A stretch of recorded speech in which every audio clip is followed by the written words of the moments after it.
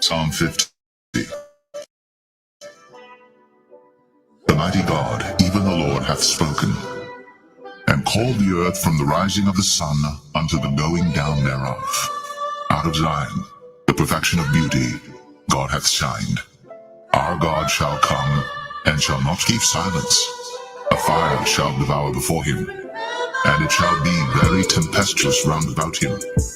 He shall call to the heavens from above, and to the earth, that he may judge his people. Gather my saints together unto me, those that have made a covenant with me by sacrifice. And the heavens shall declare his righteousness, for God is judge himself, Selah. Hear, O my people, and I will speak, O Israel. And I will testify against thee. I am God, even thy God. I will not reprove thee for thy sacrifices or thy burnt offerings, to have been continually before me. I will take no bullock out of thy house, nor he-goats out of thy folds.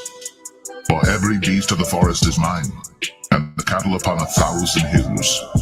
I know all the fowls of the mountains, and the wild beasts of the field are mine. If I were hungry, I would not tell thee, but the world is mine, and the fullness thereof. Will I eat the flesh of bulls, or drink the blood of goats? Offer unto God thanksgiving, and pay thy vows unto the Most High, and call upon me in the day of trouble. I will deliver thee, and thou shalt glorify me.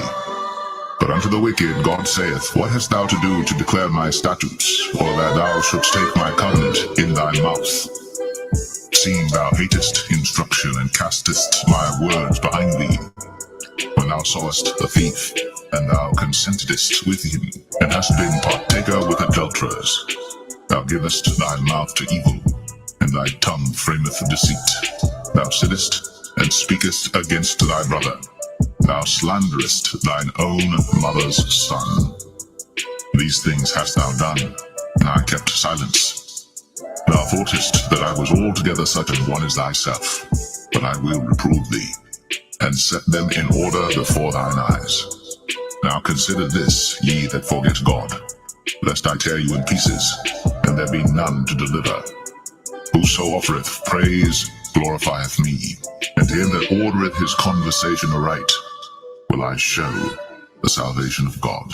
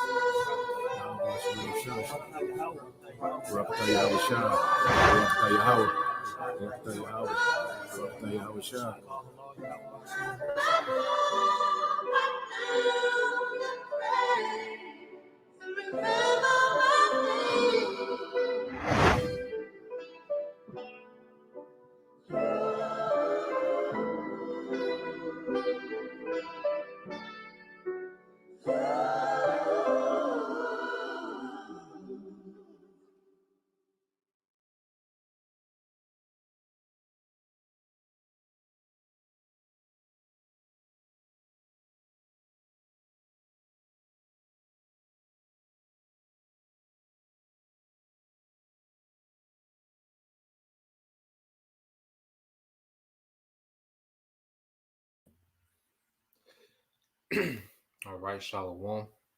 First and foremost, I would like to give all praise and glory unto Yahweh, Bahashem, Yahweh Shah, Bahashem, Kakadash. Double honors unto the apostles and the elders of GMS, whom rule well, teach well, being great example to his younger brothers. And peace and blessing salutation. Hopefully, they got there pushing his word and truth and in sincerity across the four winds in the name of Yahweh, Bahashem, Yahweh Shah. Pushing to get up out of here. Shalom to the hopeful leg, the believers, the listeners whom have came back to the obedience of the scriptures through faith in Yahweh Bashem Al Shai. All right, now what I want to get into today, is a topic going into generational thinking. Okay, generational thinking. And, it's a broad topic, and it was inspired, by older, woman I had picked up, older. All right, Judite woman, she was of Judah, and as I was taking her to, her drop off, and she was talking, And she spoke about, how she had some regrets, because I had picked her up from the dentist, and she was speaking on how, she was trying to get all her goals removed. She had pretty much all, a mouthful of gold. Now she's an older lady. I ain't asked her age. She looked like she was over 60. But she was you know, wanted to get her goals removed. And then she got to talking, and she was like, "Yeah, I was younger, and just young and in the moment, and I got the goals, and it was cute, and she likes tattoos. She said, I got tattoos. I wish I can get removed. And she's main thing she was speaking about a tattoo that she had on the lower back. Which she said she had some Chinese letters on the lower back. And she was saying like, you know, man, if I'm in, she was thinking like, man, I'm gonna be in a nursing home, and you know, people gonna have to take care of me. I'm gonna have to, they gonna want to ask about these tattoos and what this mean, And she said she had a tattoo on her lower back. Then she was like, I know y'all call it the stamp tramp. you know. She said, I know y'all call it the stamp tramp. And you can hear the shame, as she's speaking, you know. And um she was like, yeah, in the Chinese letter, she was like, yeah, that mean love hurts, which I don't what they go into, but she was like, yeah, it mean love hurts. And she was like, she had jobs to where she had, I guess she has a lot of tattoos on her arms because she had long sleeves on. And she was like, the job she had, she would always have to wear, long sleeve shirts, you know. And if she's speaking, because the way I think is when people start discussing, when they start thinking on particular things, and then I always go to the mindset behind the decision making. When people talk to me about their decisions, and their regrets, I always go into, the origin of the decision making, the mindset behind the decision making, even with myself, certain decisions, I scrutinize myself and see, okay, what mindset was I in when I made that decision? Like what was the origin of that decision, you know? And as I'm thinking, it's like we was programmed as a people, to not think, all right, generational, you know. Not only was we not programmed to think generational, which is the next generation, we wasn't even conditioned to think about the next decade of our life, man. you know so you see a lot of impulsive decisions, a lot of random, decisions, made amongst our people, men and women, okay, because we wasn't conditioned to think generational. We wasn't conditioned to even think about, ourselves long term. Okay, we didn't, we because I'm as she talking, I'm thinking like, you know she was like, I'm somebody's grandma. But when she was getting all those things done, she wasn't thinking about that. you know, and that goes, for all of us, man. There's certain decisions that we make that we don't think about, that, in the long term, like these women now with the OnlyFans, they're not thinking about how that's going to affect their children's, okay, upbringing, in society by them, having the OnlyFans. There's children, there's women that talk about how they're especially their sons, beg them to stop doing OnlyFans because now they're being ridiculed in the Salaki, because now they're being ridiculed in the classroom. Like, as a people, we wasn't conditioned to think about the ripple effect of our consequences. Okay, and that's not our culture. All right, and we're going to get some examples of that. We're going to get some examples. We're going to get some accounts. All right, and we're just going to get some precepts to back that up. Okay, and I say all that to say this: as a people, as the hopeful elect, we're coming back to generational thinking, with something that was script from us, man. And I have to always reference going back to the 60s, man, when pretty much we was enchanted, to think about ourselves, man. To think about, all right, our individual, happiness, okay, and emotions, okay, over, all right, the bigger picture, all right, which is the family, which is the nation, you know. And once he got us to thinking like that, all right, you seeing us to become degenerates, man. As a people, we became degenerate, okay, because we stopped thinking generational, okay. So let's get there real quick, and then I got a definition I want to get. Let me share this. So lucky for the long intro, but yeah, man, just setting the lesson up. So let's go here, all right, to you know, let's get this in the book of Jeremiah. We always get it. Jeremiah 2. We're gonna get that word degenerate. This is Jeremiah chapter 2, okay, verses 21. All right. It said, "Yet I planted thee a noble vine, wholly a right seed. How then art thou turned into a degenerate plant of a strange vine unto me?" Okay, because we was planted, all right, in order and righteousness, man. The Lord gave us, all right, a portion of his wisdom to govern ourselves as a nation in the earth. That's what we have to understand. The law, statutes, and commandments wasn't, random restrictions that the Lord put upon us just because he was able to. Nah, man. The Lord gave us order and wisdom, all right, that will have us to flourish, that will produce life, that will produce order, that will produce peace. Okay? And we went away from it. All right. That's why if a brother could put the book of Baruch chapter 3, I think verses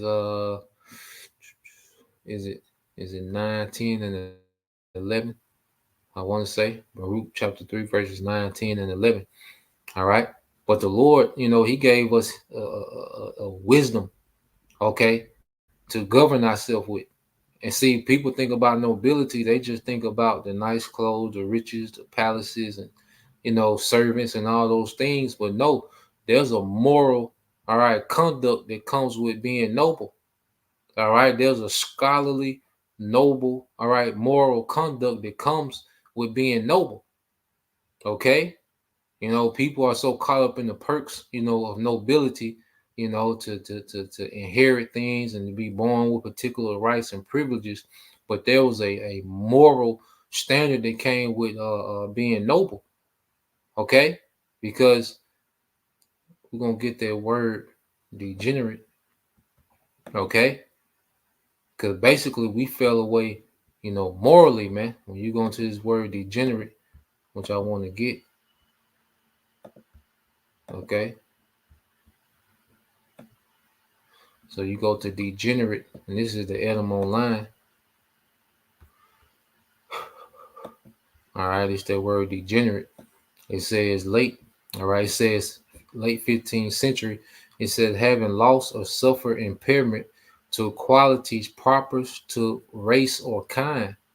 Okay, and as Israelites, we've suffered an impairment to our quality as a people, man.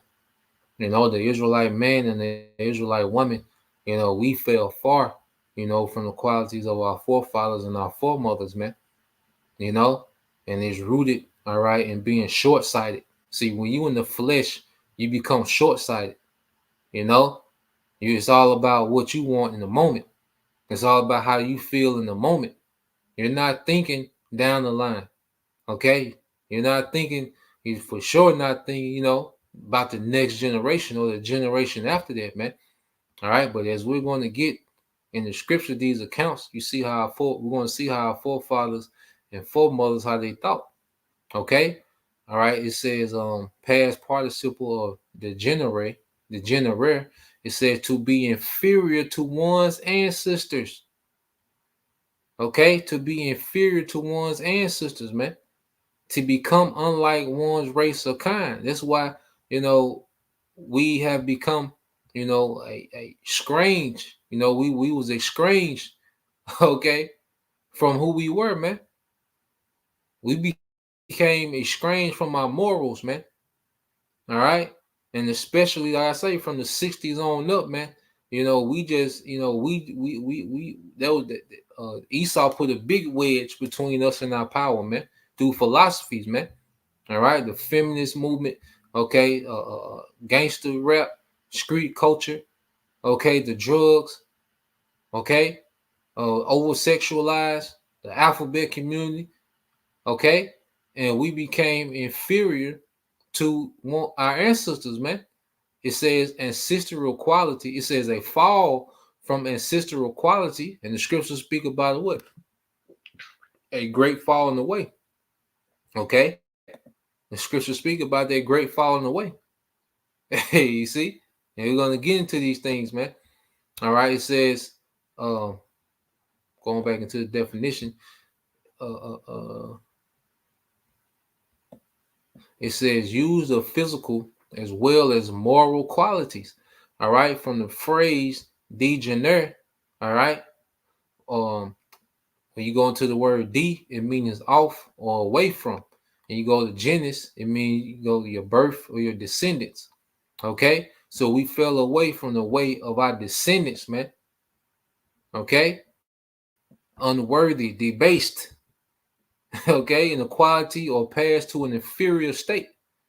Okay, and it says to lose. Let me see. Yeah, it's pretty much going to the same thing. All right. But as a nation, we fell away, okay, from that noble, okay, righteous way of order, okay, and wisdom and life, man. Okay. And that's why when you go into it, I think the brother posted in Baruch. All right. I think the brother posted in Baruch.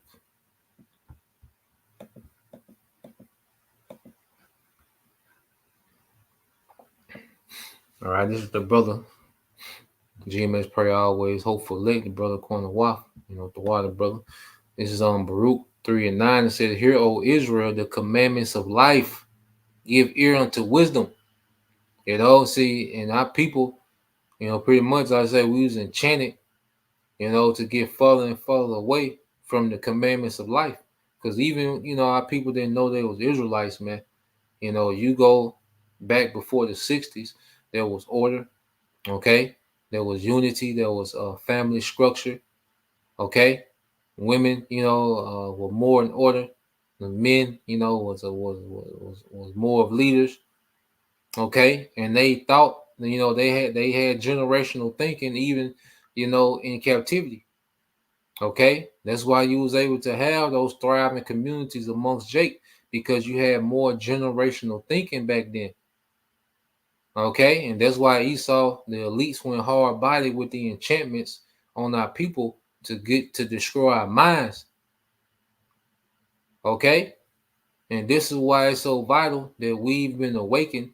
All right, our pure minds have been stirred up. All right, to what, man? To the ways of our fathers, man, the ways of righteousness, man. And now we're starting to think generational again. Okay. Baruch 3 and 9 said, Hear, Israel, the commandments of life, give ear to understand wisdom. How happeneth, Israel, that thou art in thy enemy's land, that thou art waxing old in a strange country, thou art defiled with the dead. Okay? And our people, has been in the, we was in a perpetual state of death. You look at, like I say, what we devolved into, all right, in America, it has become a perpetual state of death, man. No one is thinking about, the next generation. No one is thinking about even, like I say, the next decade of their life, man. Like there's some classmates that you'll see some of your classmates and you be like, damn, teeth missing, bad built, and it'd be like, damn, because no one is thinking, all right, no one is thinking long term, because when you as a man, you get 17, 18, you can eat 6 times a day, and because you're active, your metabolism is going. Okay, you can party and wake up, party all night, wake up and work all day. You can do that for a time, but you can't sustain that long term. And these are things that we wasn't taught. Women, that was fine in high school, and you know, they live their party life, and you see how it has an effect on them, man. Because no one was taught to think long term, man. Okay, you get all those tattoos, and as men, you get to having, as a man, like I say, you got a lot of jakes that have all these baby mamas. All right, when they're in their youth, when they're young, when they're partying, and they're just having fun and in the moment, and you get these children and these baby mamas. But then when you try to establish something, you can't, because you owe so much child support. Okay, or you try to, you do find a woman that's decent that you're trying to build with. You got your other baby mama with the drama that run the women off. So when using a lot of men in their youth, they're not thinking about these things, man. They're not thinking about the next decade of their life, man. They're in their moment.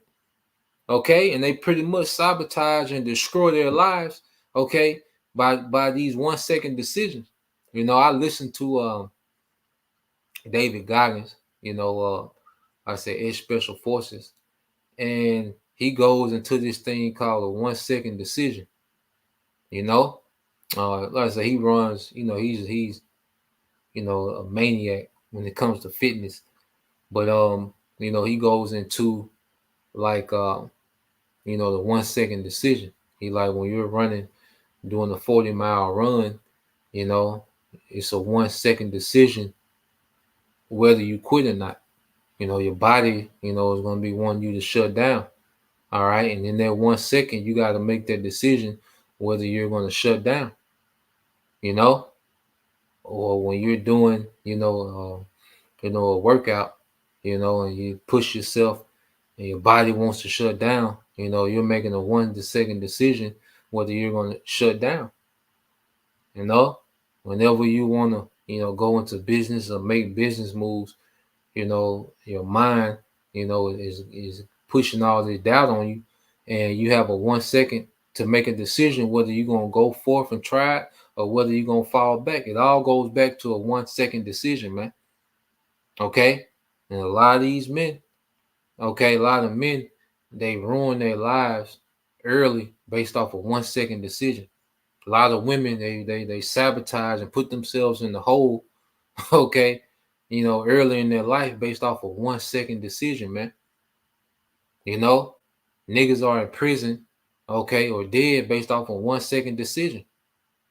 You get to arguing with a Jake, all right, and then it gets to that moment to where, okay, now it's finna get deadly. The argument finna turn deadly. Well, it's a 1 second decision. Your homeboys want you to ride with them on the lick, and they ask you to come, put their pressure on you to come, and in 1 second you can say yes or no. All right, and depending on your answer, man, you can ruin yourself in the 1 second decision. And what happens in that 1 second decision? You're not thinking generational. Okay, we make those decisions when we're not thinking generational. Okay, you remember on and Salaki for a lot of talking, but just want to bring out some points. Been meditating on this for a day and a half now. But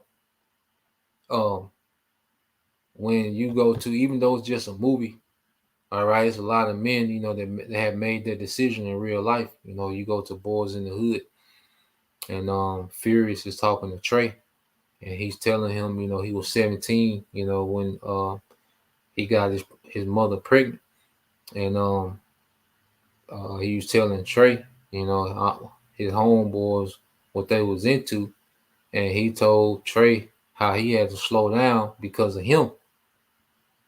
Okay, he started thinking about another generation, man. So he had to make decisions based off all right, the next generation, which was his son. Okay, and you got a lot of Jakes, you know, that do, you know, they have their seed and they'll slow down. You know, they'll make their turn, they'll detour, you know, and start thinking generational, man. You know, I picked up a guy that he's a owner operator, drive trucks, and you know, he has I think 2 or 3 trucks. You know, he drives one, he has other trucks on the road. And he said, yeah, man, he said, I don't want my daughters, you know, to have to work for corporate America, man. Okay. He said, I don't want my daughters to work for corporate America. You see, he's thinking generational. So now his decision making is governed off generational thinking.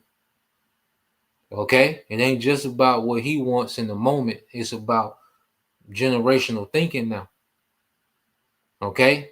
If a man has a family and he goes makes decisions that put him in prison, he's not thinking generational. He's not even thinking, like I say, about the next decade. Okay, it's impulsive thinking. You see, and we all done it, you know, to some degree, some more than others, man. All right, but let me finish this here. You know, it's a lucky. You know, I'm gonna get some pre-sales, but I'm do a lot of talking too, man. You have to excuse me. This is on the brother GMS Hopeful Elect, on the brother Corner Waff. All right, this is Baruch 3 and 11 said, thou art counted with them that go down to the grave, you know? And it's our mindset that has developed, you know, this death culture, you know, this culture of dysfunction. It all goes back to our thinking, you know? This is what has produced what we see today. And Bob Kashab, you can put verse 12 up there too, brother. I think 12 and 13, Baba Kashah. You know, that's the point of that Baruch chapter 3, verses 12 and 13. All right. Yep, so I'm gonna get some of these that the brother got. All right, this the brother. This is the brother Tazamak Yashala 2, Job 10 and 21 said, before I go whence I shall not return, even to the land of darkness and the shadow of death. And this speaking of America. All right, we'll never return to this place, you know, and this place, once this place is destroyed. All right, and we'll never return, you know, to, all right, the degenerate state, you know, that we was in this society, man. You know, and it says a land of darkness is darkness itself, and of the shadow of death without any order, and where the light is darkness. Yeah, see, what our people call normalcy is really darkness, man. You know, the culture of our people, you know, is really darkness, man. That the culture that our people has made normal. When you go into cultural norms, okay, we got that definition before. For brother want to put that definition up for cultural norms, all right. But you go into cultural norms, all right. The cultural norms of our people are degeneracy, man. You know, and that's what our people esteem as light. Okay, that's what our people. Because you gotta think about it. We glorify the people. See, we shame people who, you know, because coming up we would shame people that had generational thinking. Okay, imagine a Jake, you know, learning to play the piano and learning a different language. You know, why we was outside chasing girls and playing sports, but you had a Jake in the house that was learning the piano, learning another language. You know, learning how to use power tools. Okay, we will make fun of him. Okay, square ass nigga, you know, screwdriver learning that. You know, we will make fun. We will ridicule them, man. Okay, we mocked generational thinking as a people. All right, going into, you know, a land of no order, land of confusion, where light is dark and dark is light. Okay, but then we'll praise the nigga that sell the most dope, and look how much generational damage he's doing. Okay, we praise the people that do the most generational damage. The nigga that sell the most dope, the nigga that got the most bodies. Okay, those are the men that we reward. Okay, those are the men that we glorify, and we grew up glorifying and idolizing the men that did the most generational damage, man. All the dope them niggas sold, man. Look how much generational damage that done, man. How much dysfunction and the ripple effect that it had on our people, man. Okay, so let's go here. All right, this is the brother Tazamah Yashar 2, Baruch 3 and 12 said, "Thou hast forsaken the fountain of wisdom," and there's a people we forsook the fountain of wisdom. All right, because guess what? The culture, the media, the TV, the music, the community told us that those things were lame. Okay, those things were boring. Okay, those things were outdated, old fashioned. Okay, get tattoos, get goals, go be a hot girl, go, go live. Okay, was just self-destruction. But we forsaken the fountain of youth, man. The fountain of youth, which was in the scriptures, man. Okay, and now we see, all right, the results. And now we're clawing, all right, we clawing to get back to this way. Okay, because now we see what it produces, man. Okay, now you listen to the devil, all right. It always starts off fun, but he never mentions the back end. Okay, even with Esau Edom, Satan deceived Esau to go hard body like he going. All right, but you think Satan told Esau about the back end and what's finna happen to him now? And that's how Esau does to everyone else. Okay, he presents paradise and liberation and a new exciting way. Okay, but he never tells you about the back end and the regrets, man. Because you can, like I said, you could tell that woman, she had some regrets. She like, man, like she was really dreading the day of having to explain those tattoos and those different things that she had. Like she was like, damn, But it is what it is, man. We all got, things that in the past, that we're ashamed of, man. Certain things that we don't like to talk about. There's certain things that we used to glorify, and couldn't wait to bring up in the conversation to where now as we become new creatures, man, we're ashamed of those things, man. Like, damn, like, man, you never want to talk about it, man. And we all have those things, man. Some more than others. Okay. And that's why Yahushua said, he that is forgiven for much will love much.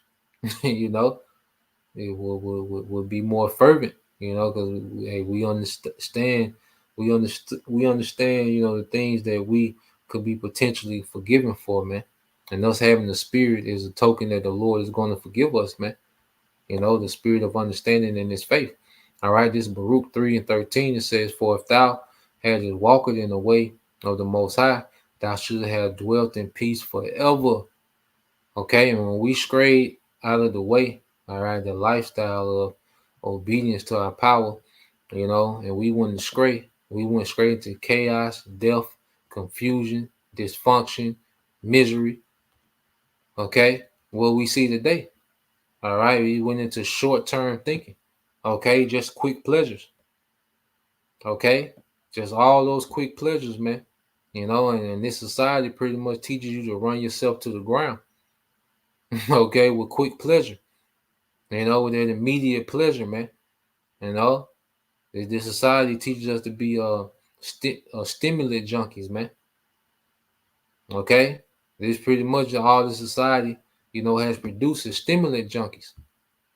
Okay, that's why now you got to have the eye. Let me see what they call the Apple Pro. I think the brother send a quick video. I might do a separate video on that because I got these accounts I want to get. All right, so let me get back in to these scriptures. Okay,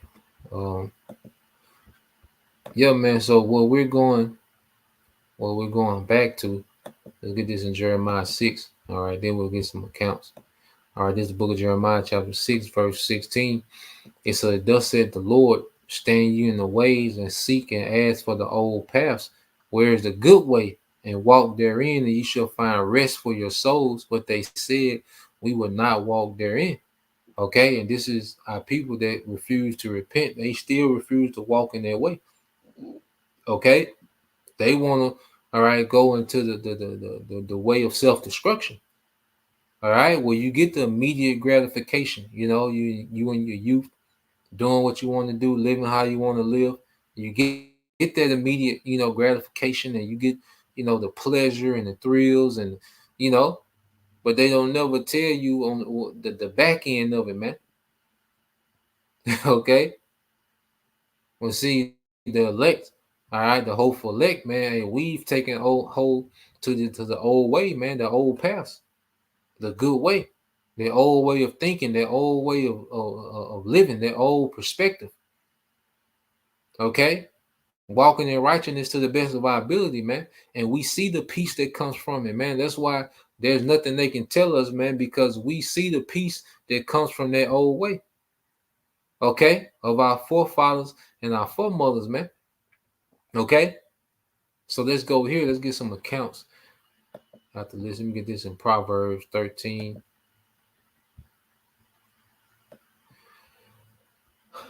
All right, this is Proverbs 13 and 22. It says, "A good man leaveth an inheritance to his children's children, and the wealth of the sinner is laid up for the just." Okay, so a good man leaveth an inheritance to his children's children, man. All right, thinking generational, and that was the way of our forefathers. All right, and you have our people now. You have Jake brag about blowing 40,000 in the script club.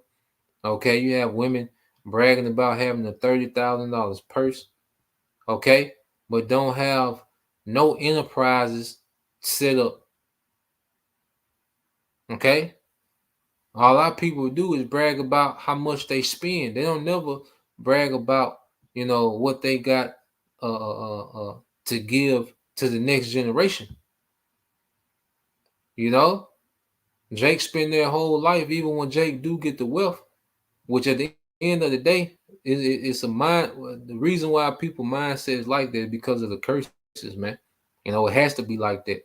But what we do, we go into we discuss these things, man, to compare how it is and how it should be. And we know the root cause of why Jake moved like they move.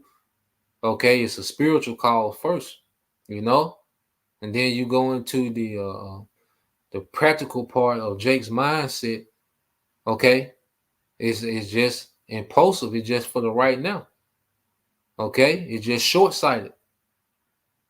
Okay, so it says a good man leaving an inheritance to his children's children, and the wealth of the sinner is laid up for the just. And even in the spirit, you look at our elders, because you got the apostles and elders, which are like our spiritual fathers, and they got the wisdom and understanding, the format, of how to teach. They got there from their elders, man. Which is to us is likened to our spiritual grandparents, man. Okay, and what they did, they established, an inheritance for us to come into, man. Dealing with the camps, the teaching, the breakdowns, the going into your house shop, man. Like they left a standard for us, man, to come into. And see, a standard is more valuable than resources. Okay, because through a standard, through wisdom, you can obtain resources. Okay, and maintain the resources.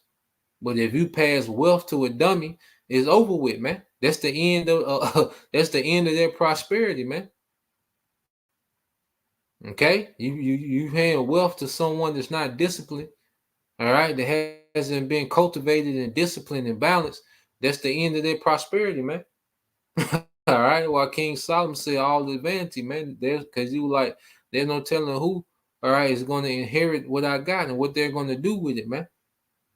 Okay? Because you can inherit wealth, but if you don't inherit the wisdom, then it's going to be a loss, man. Okay? And now, what you see now, we have this wisdom to pass down because you look at it now, there's children being born in the truth, man. Okay? Knowing who they are. All right? 3 and 4 year olds giving you a full salute in the name. Okay?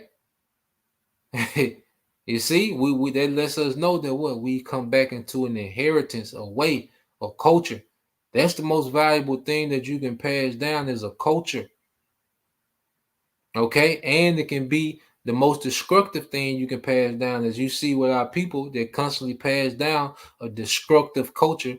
All right, from one generation to the next, and it only gets worse. Okay. But as we're passing down now, as you see through the hopeful elect, there's a culture, okay, of obedience, of righteousness, of understanding, okay, being passed down. And from that, it can only get better. All right. So let's go from there. I want to get this.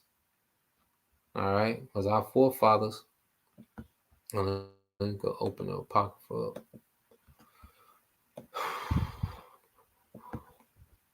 All right, you go from there. Let's get this in the apocrypha.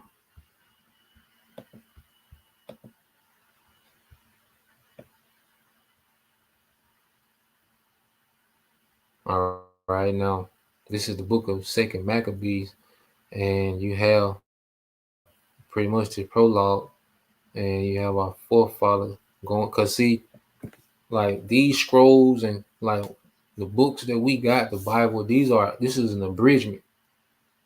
Okay, and when you go into, I should have looked it up before we started. Let me look it up real quick.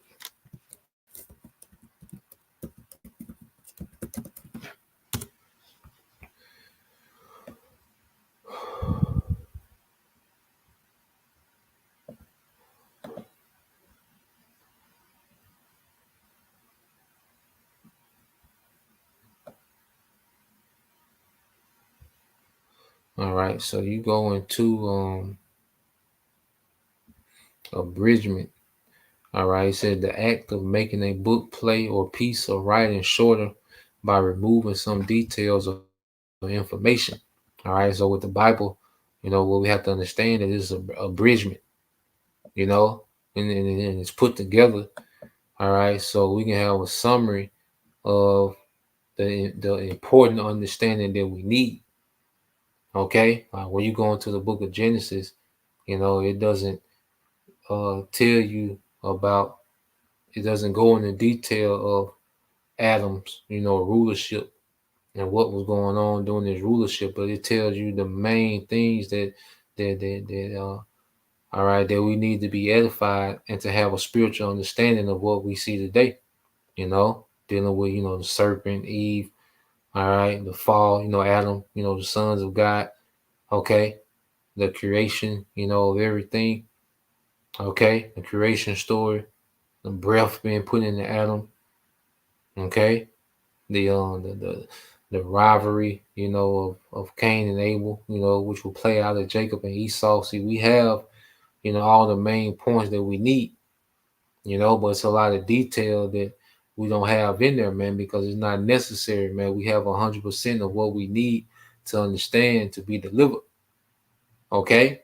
But to abridge the story, man, that was a great work. That was a labor. And our forefathers did that because they was thinking generational, man. For us to have, all right, these things, so these things will be convenience to us. See, we get to enjoy the convenience of the labor of our forefathers, man.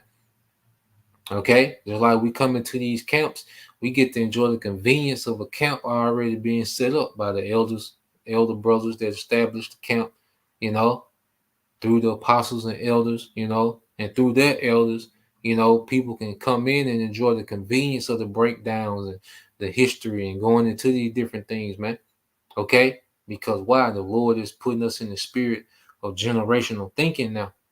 Okay, but this was the way of our forefathers, man, to always think about the generation to come. Okay, this is the book of it's the book of Second Maccabees, chapter.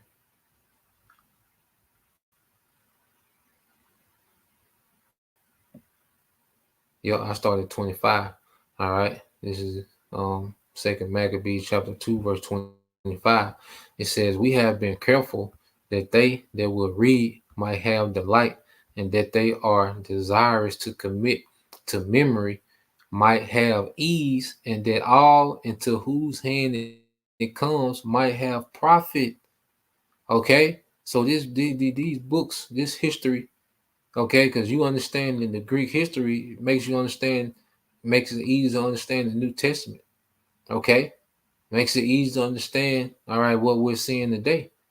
You go into the Maccabees. That's how we can understand the book of Galatians. There's neither Jew nor Greek.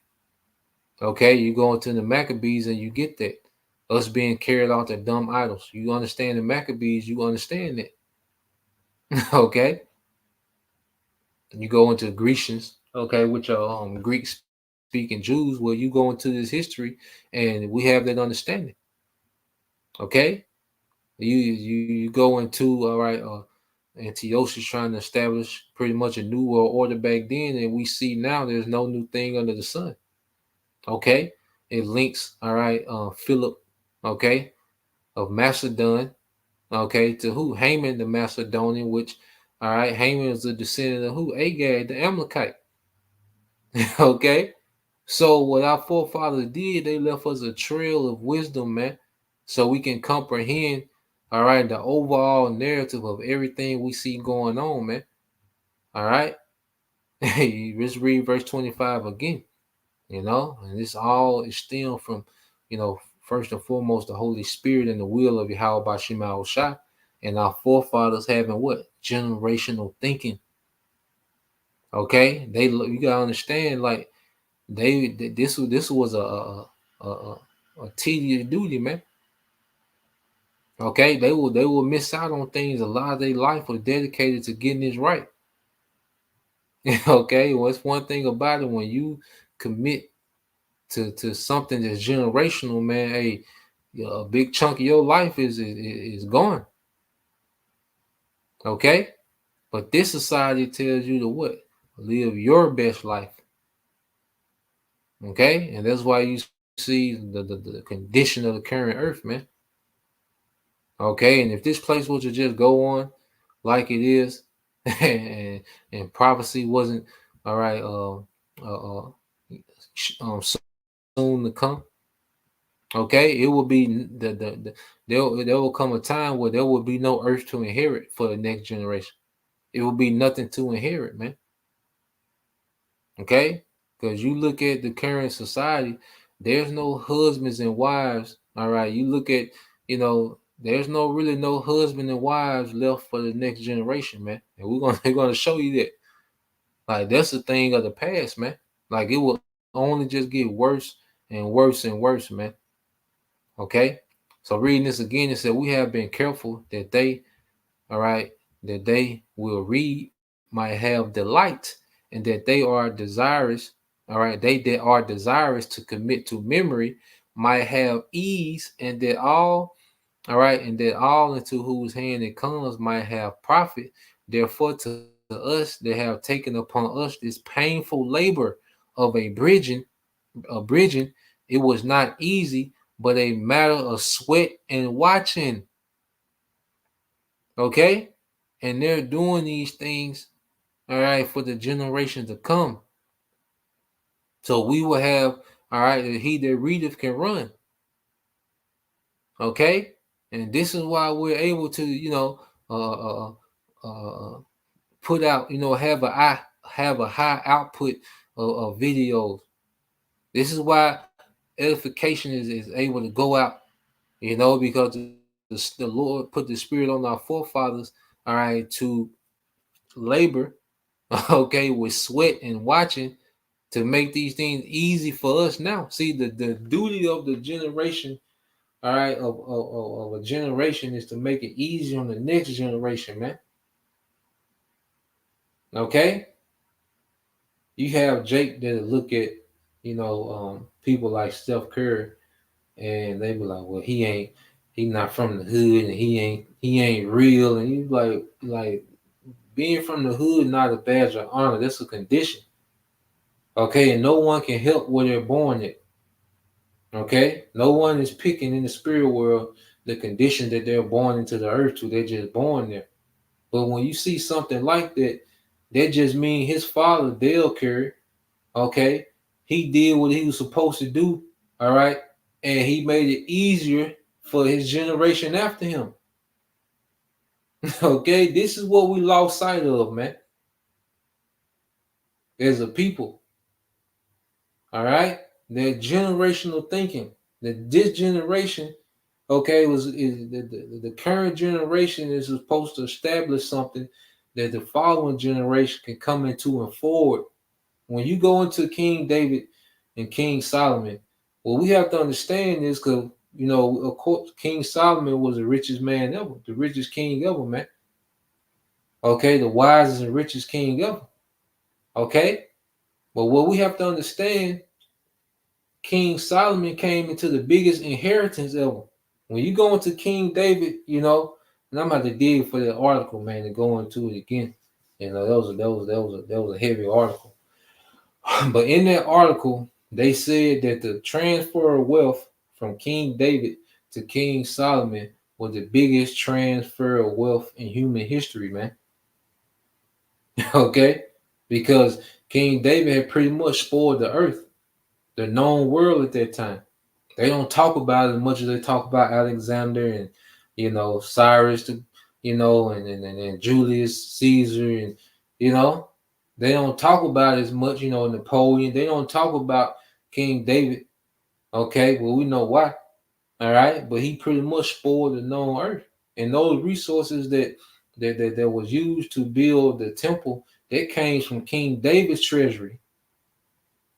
What King David had amassed during his kingdom. Now Solomon, he had a crazy flip game, okay, and he flipped his inheritance, okay, and so we really, it's almost safe to say, all right, with King Solomon being the richest and wisest king ever, King David had to be number two. He had to be number two. I could be wrong. All right, like we don't have the for sure numbers, man, but just reading it and going into it, like okay, we're talking about how King David had more gold in his treasury than America GDP, man, than what America has in their treasury, man. Okay, you see, and that's the thinking that Esau, he got us away from as a people, to where now the current generation is they're only thinking about their individual selves. They're not even thinking about family and how their decision making affects their family. Like the men not thinking about the women that they're having children with. The women not thinking about the men that they're laying down to have children with. It's just a bunch of randomness and impulsiveness. Because you get in your youth, you think when you get in your 20s, you kind of think you're immortal. Like you think it's gonna be like this forever. Okay, like that's the illusion that we get. When we in our 20s, we think it'd be like that forever, but nah, man. So, going into it says, verse 26, it says, therefore, to us that have taken upon this painful labor of abridging, it was not easy, but a matter of sweat and watching, even as it is no ease unto him that prepareth a banquet and seeketh the benefits of others. Yet, for the pleasing of many, we will undertake gladly this great pains. And I'm reading this so we can get the mindset behind what's going on. For yet the pleasing of many, we will undertake gladly this great pain. Okay, this is how our forefathers thought, man, and this is what we're getting back to. Okay, yet for the pleasing of many, we will undertake gladly these great pains. And he compared this thing to a banquet, man. You know, a banquet. All right, and now we have a buffet of understanding, man.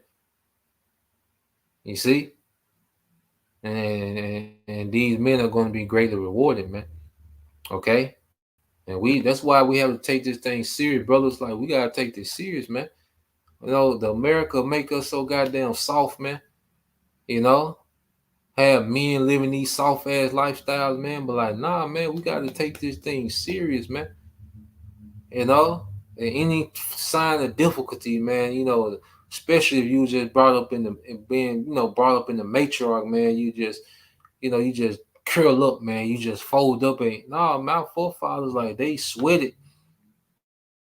Okay, like, they sweated, man. They long 12, 13, 14 hour days, man, to bridge a book so we can have it, so we can have convenience, man. You know, and that's why, you know, I try my best, man, to live a no excuse lifestyle, man. You know, like, it really ain't no excuse, man. We got so much convenience and, you know, things at our fingertips, man. It's really, we really shouldn't have an excuse on too much and nothing, man. You know, and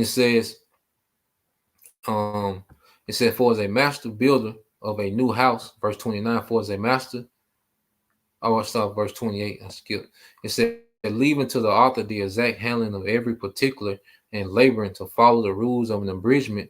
For as a master builder of a new house must care for the whole building, but he that undertaketh to set it out and paint it must seek out fit things for the adorning thereof. Even so, I think it is with us. Okay, so they had to get into the tedious matters, man. Okay, they had to deal with the tediousness of this thing, man.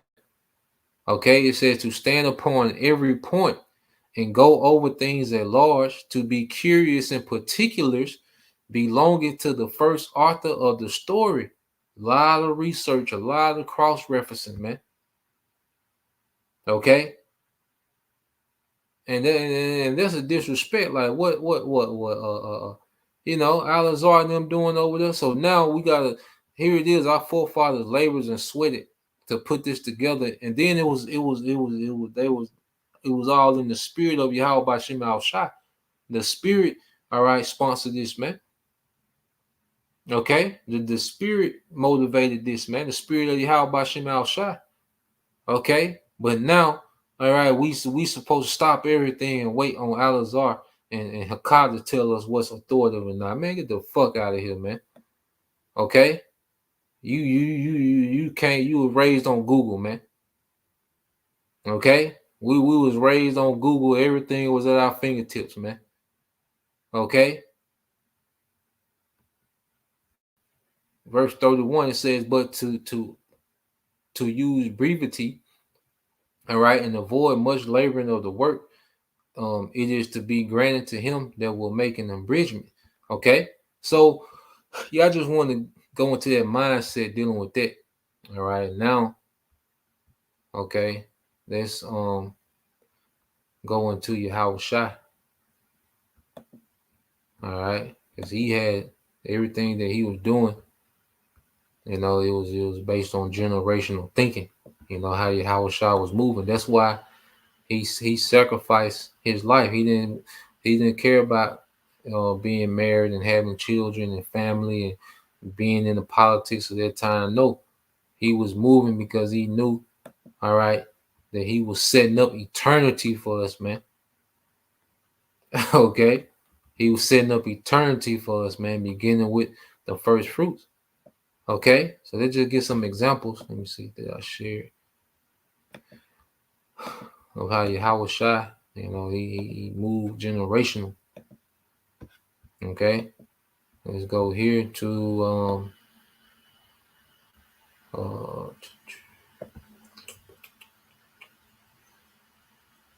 let's get this in John. All right. Well, in fact, let's get this in Luke. You know how Yahweh Shai started.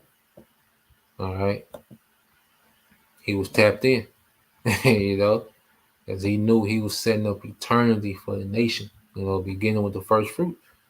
All right. It wasn't about, his pleasures and his emotions and, what he wanted. Okay. And that's the beauty of the immortality, man. We gonna redeem all the time that we can lose on this side by, establishing something generational, man. Okay, this is Luke. So like I'm gonna go Luke 2. And I pray this is making sense. I know I did a lot of talking. The podcast demon on me. But I pray that this making sense. All right, this is Luke 2:41. It says, now his parents went to Jerusalem every year at the feast of the Passover. And when he was 12 years old, and he is Yahushua, they went up to Jerusalem after the custom of the feast. And when they had fulfilled the days as they returned, the child Yahushua tarried behind in Jerusalem, and Joseph and his mother knew not of it. But they, supposing him to have been in company, went a day's journey, and they sought him among their kinfolk and acquaintance. And when they found him not, they turned back again to Jerusalem, seeking him. And it came to pass that after 3 days they found him in the temple, sitting in the midst of the doctors, both hearing them and asking them questions. And all that heard him were astonished at his understanding and answers. And when they saw him, they were amazed. And his mother said unto him, Son, why hast thou dealt with us? Why hast thou thus dwelt with us? Behold, our father and have sought thee sorrowing. And he said unto them, how is it ye sought me? Wish ye not that I must be about my father's business? Okay? Yahushua was tapped in. He understood the mission. Okay? He understood that eternity rested on his in this lifetime. What he did in this lifetime, everything was at stake. Okay? That's why now we understand, like, we was given this life, man, to serve Yahushua, man. The Lord, and he has it, where we have a little downtime and we have a little liberty. You see, but the more and more that we mature in the faith, the more and more we understand, like, man, this is about Yahushua, man. This is about building on what Yahushua has established, man, that chief cornerstone, man. Okay? And all his decision making was based, on us, being reestablished as rulers in the earth. This is John 17. All right, and he prayed for the whole elect. This is John 17:20.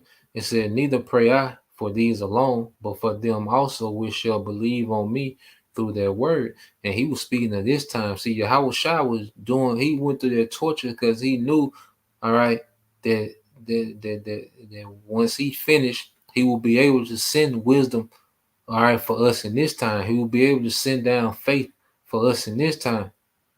Okay, and ultimately he will be able to come down and deliver us, man. All right, and even those that die for Yahushua, he has the power to lift us up, to resurrect us, man. In this time. So what Yahushua was doing, he was setting it up for this time, man. That's why he didn't care about his life, man. Okay, he didn't care about the being made king and having clout and trying to be, worship and, be a celebrity, man. He wasn't on that. All right, he had business, man. And when the man is, and one thing about it, like with their truck driver, they were telling me that he was trying to, make it to where his daughters didn't have to, work for corporate America, man. Like, cause I look in the man's eyes, man. And you can tell he had that dog in him, man. He was tapped in, he was locked in.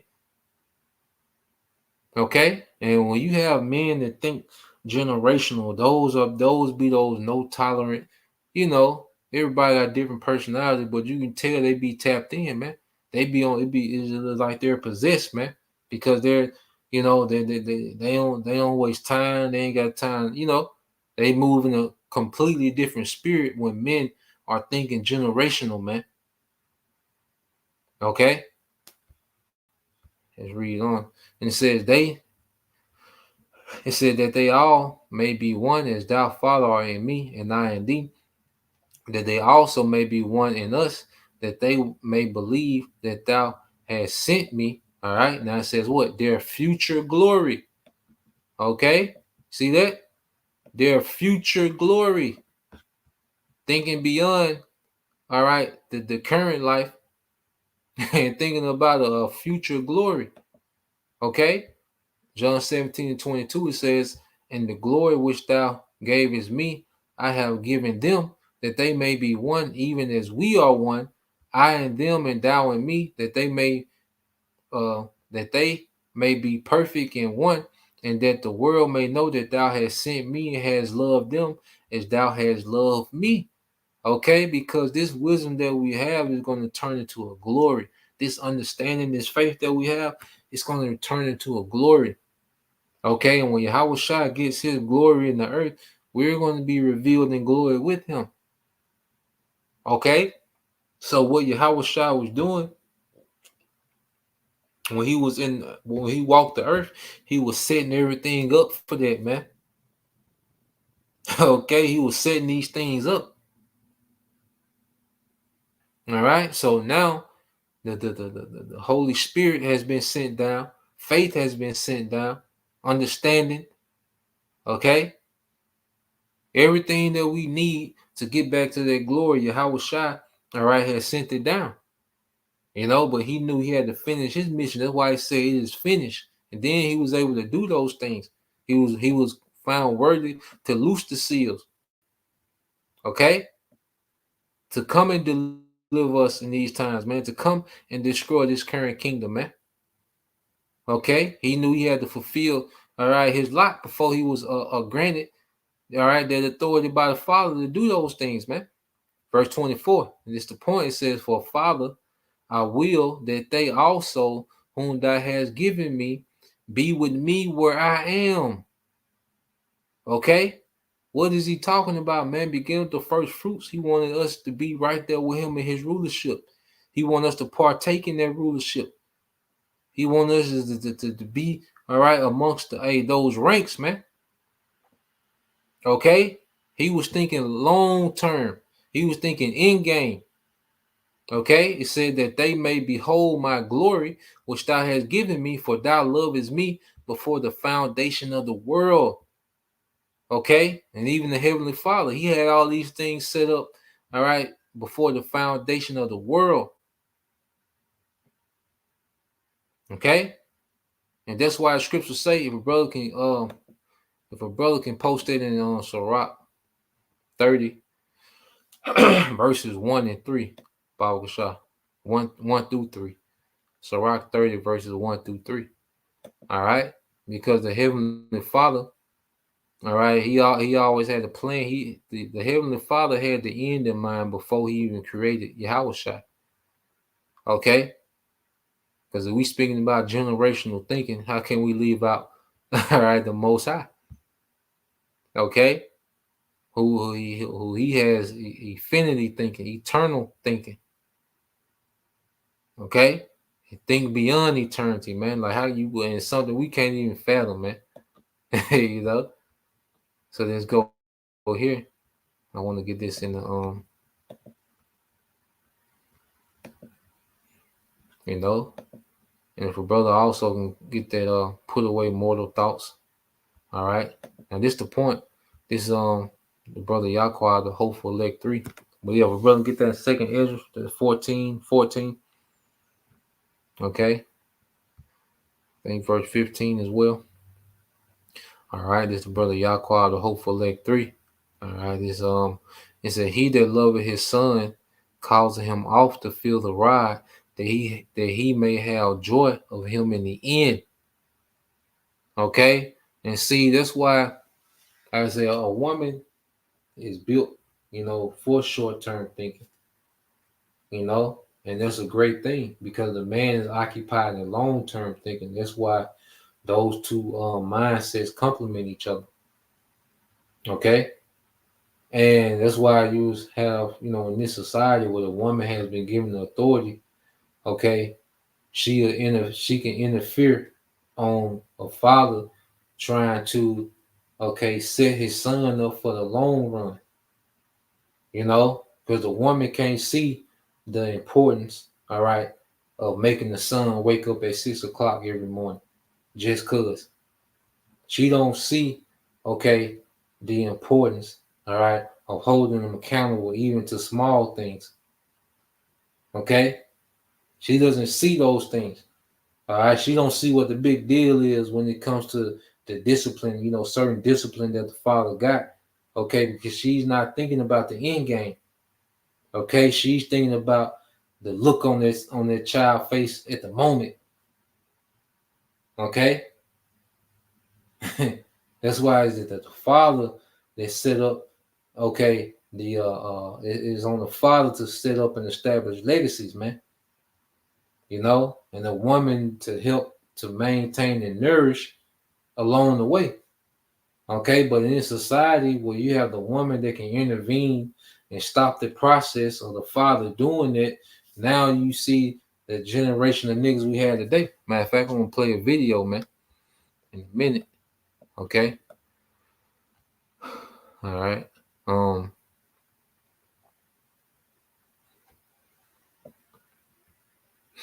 Let me finish this. This is Sirach 30:2.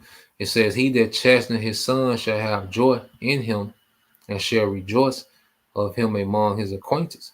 Okay, because the chastisement, and like I say, it goes beyond just whooping the child ass, man. Okay, it's about setting expectations. It's about giving having accountability. Okay, it's about giving them structure, a routine. Okay, not allowing them to be idle. Okay, keeping them occupied, keeping them culture, showing them different things, showing them different ways of life, showing them, all right? And it's all about the end product, man. Okay?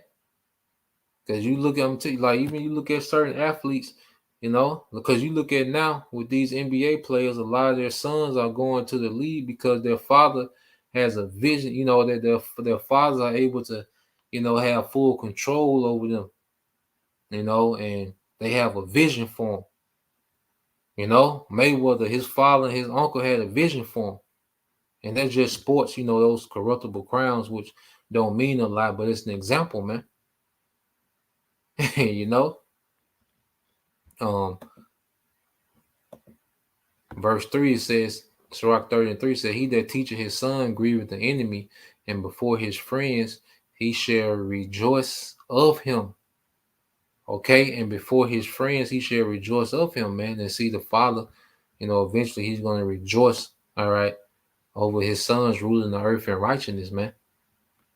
you know, that's where we getting to, man.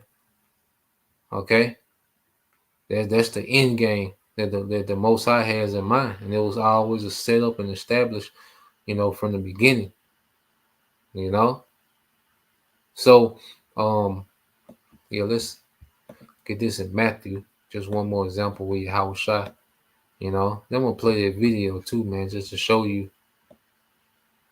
okay, that it's just getting worse. That the degenerate thinking amongst our people is getting worse. All right, this is the book of Matthew, chapter 19, and I'm gonna get this in. I'm gonna read in NLT as well. It said, "Then answered Peter and said unto him, Behold, we have forsaken all and followed thee. What shall we have therefore?" Okay, so his apostle Peter is, asking, like, what we gonna get for this, man?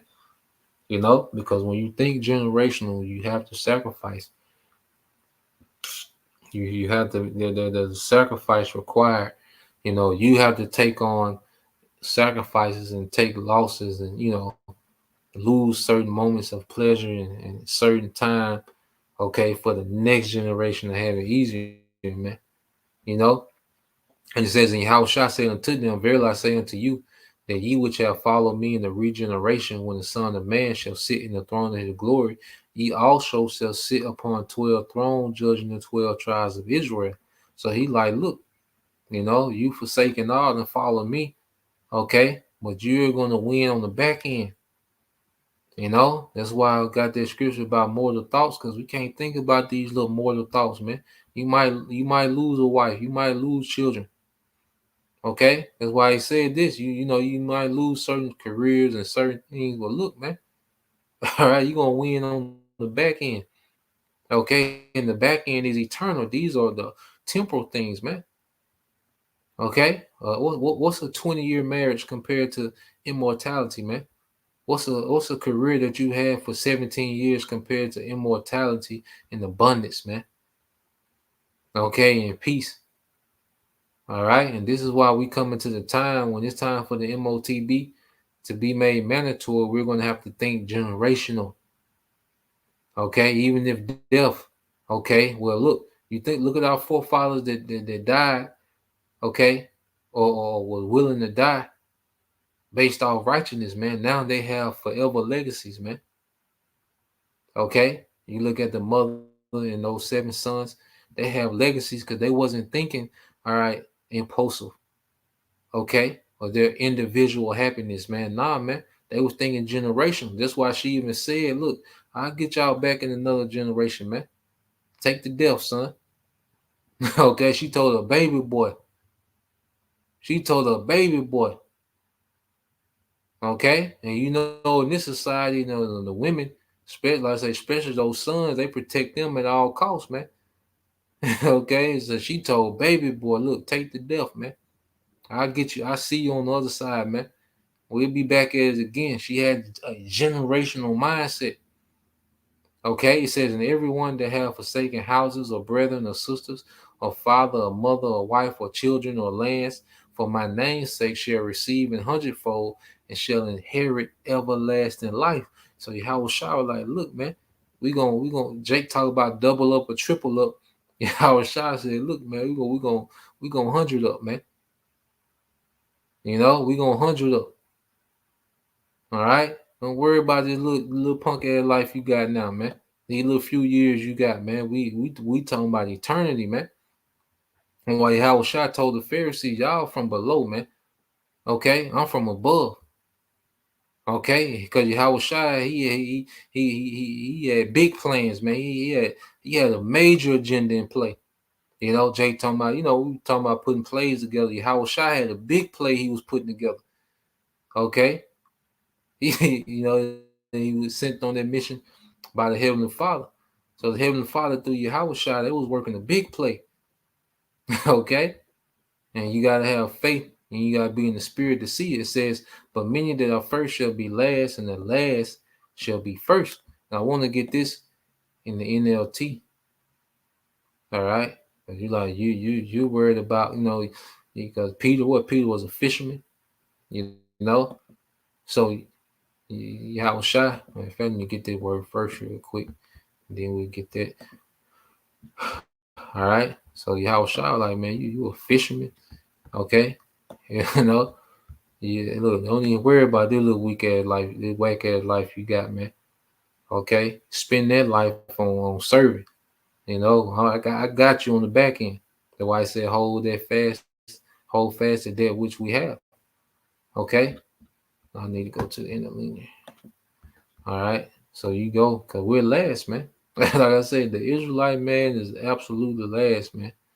All right, and the Israelite working man, the everyday working Israelite man is beyond last. All right, the last of the last. All right, you see that first, 4413, 1443. Understand it, man.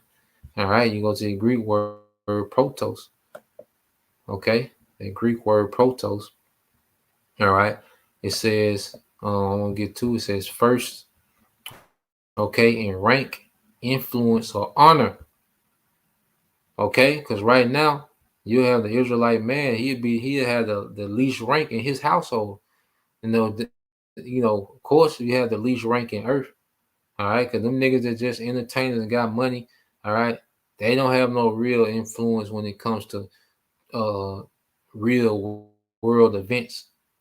Okay, they might influence an outfit, a TikTok trend, a dance, but they don't have no real affair when they don't have no real influence when it comes to real global events.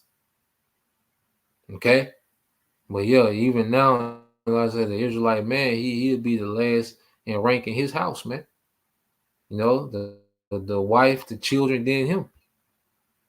Okay, but as Yahweh Shah said, man, hey, in the kingdom to come, we're gonna be first in rank. So we all right, said the hell with this life, and we're going to invest in the promise. All right, and this is part of the promise. Okay, being first in rank, influence, or honor.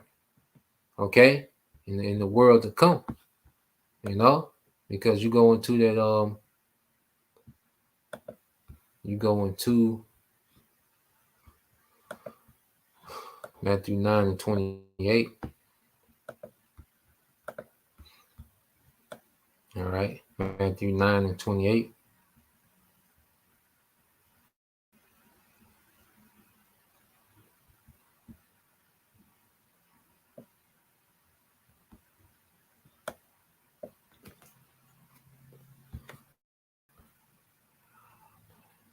This is the book of Matthew, chapter 19, verse 28 in the NLT. It says, Yahweh shall reply, I assure you that when the world is made new, okay, and the Son of Man sits upon his glorious thrones, you who have been followers will also sit on 12 thrones, judging the 12 tribes of Israel. So you telling Peter and them, look, y'all gonna be ranked up, man, and it's gonna be eternal. Okay, so these little things that we forsake now, all right, ain't even worthy to compare, all right, to what's to come, all right, in the hereafter, man. Okay, so I'm play this video, then I guess I ended on that Baruch. Let me cue this video up. All right, and this is what short-term thinking and philosophies of the devil, all right, has gotten our people. You know, this is the mindset that our people are in under the influence of the devil. Okay, a mindset of just self-destruction, man. Okay, like I say, we thinking about the next generation is out the question. All right, like I say, these youngsters now, they don't even think about the next day. They just on some day for day shit now. So I'm gonna play this real quick, make a few points, and like I said, we'll wrap it up, Lord willing, in that with that second Ezra. All right.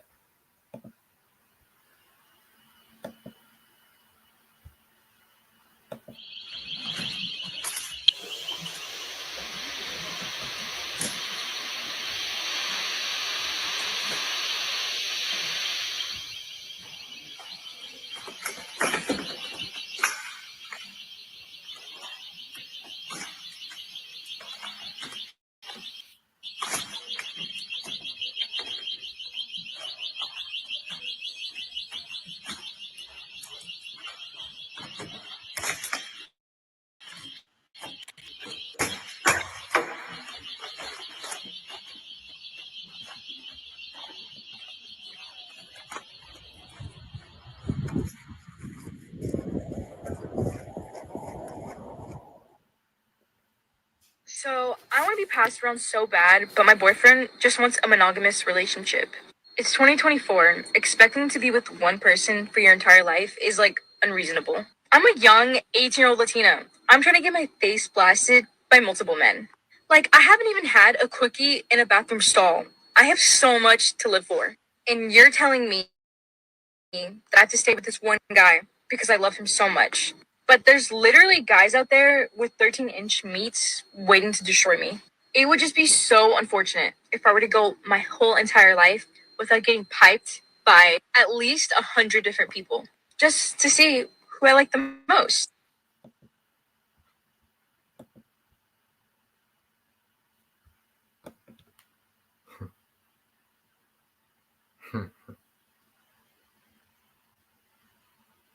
And there you have it, man. Okay, and this is what this generation is it. We spoke about being a degenerate earlier. All right, you see that young Jake, stealing the phones, and has no care for anything, and he probably has 2 or 3 baby mama. Okay, so this cycle of degeneracy will just keep going on, and you have the little chick, the little Latino chick. She's 18, and her mindset now, because she thinks she's going to be 18, and she's going to be is attractive, so she thinks she's going to be sought after forever, but she has a plan. She just pretty much revealed her plan to destroy herself, man, to completely just destroy herself, man. You see, there's no thinking beyond the next. Like I said, we went from not thinking about the next generation to not thinking about the next decade to now they're just day for day. Okay, she already has she says she want 100 men. She says she wants to be destroyed. She wants her box destroyed. Okay, like I say, so it's when you see these women, the women like Jake. First, I was dealing with young Jake. He think what he doing, that's gonna be a career. Okay, he's not thinking that eventually these citizens gonna get the blast in their ass, man. Okay, he thinking that's a career. He go sell them phones, come up. He sell them phones in the neighborhood, come up. All right. So now in his mind, this is a career. He's not thinking beyond the next day. He's just thinking about the next lick. The little chick, she just thinking about the next ride. Okay. And in her mindset, by the time she's 24, 25, man, she's gonna be destroyed. Okay. The little box ain't gonna have no feeling. She gonna be rendered useless, man. Okay. No mindset. All right, beyond the day. No mindset. All right, towards life, man. Just that instant pleasure and gratification, man. So yeah, man, like the brother said, it has to stop somewhere. There's no way that this can just keep going. Okay, this from the brother Gashan 72, Second Ezra 14 and 14. It said, "Let go from these mortal thoughts, cast away the burdens of man, put off now the weak nature." All right, it's a weak nature to be overly concerned with the affairs and the cares of this life, man. Especially understanding the promises and what we got coming. All right, and we understand that this world, this country, finna be turned to a desert that we in. If you in America, this place finna be turned to a desert. All right, so it's a extremely weak nature and weak, a weak thought, to be invested into this place.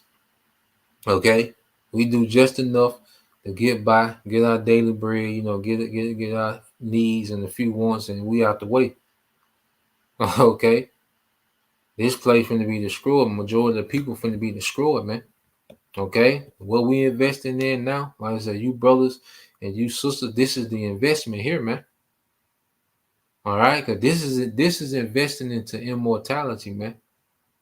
The time, the fact that we've been here for an hour and 30 minutes, man, that's going towards an eternal inheritance, man. This is a beautiful thing that the Lord has allowed us to partake in, man. This is Second Ezra 14 and 15. It says, "And set aside the thoughts that are most heavy unto thee, and haste to flee from these times." The mindset now is to get the hell away from here. Okay, that's the mindset that we in now, is to get the hell away from here, man. Okay, we not over investing into nothing. Okay, outside the truth, man. Our mindset is to get the hell out of here, man. All right, the Lord to put a stop to the madness, man, because we need a reset bad. See, that's another thing. Like, we understand how bad we need a reset, because you really don't know how jacked up you are till you start learning to how it's supposed to be. Okay, and then you start seeing like, shit. Yeah, we need a reset, man. We need a reset, man. All right, and the only joy that we have is really in the prophecies unfolding, and the joy that we have, amongst each other. Other than that, man, we should be good on America and Western culture, man. Okay, and especially understanding the damage that has done to our people that have done to us, man. You know, things we are recovering from, man. Being in the goddamn West, man. You know? But that's the point. You know, Lord will you brothers. All right, and your sister was edified, you know. I was just like for being long winded. But yeah, you had to get that off, you know. You had to get that off. So next time say Shalom, call me Shalom, Abba, details soon, Shalom.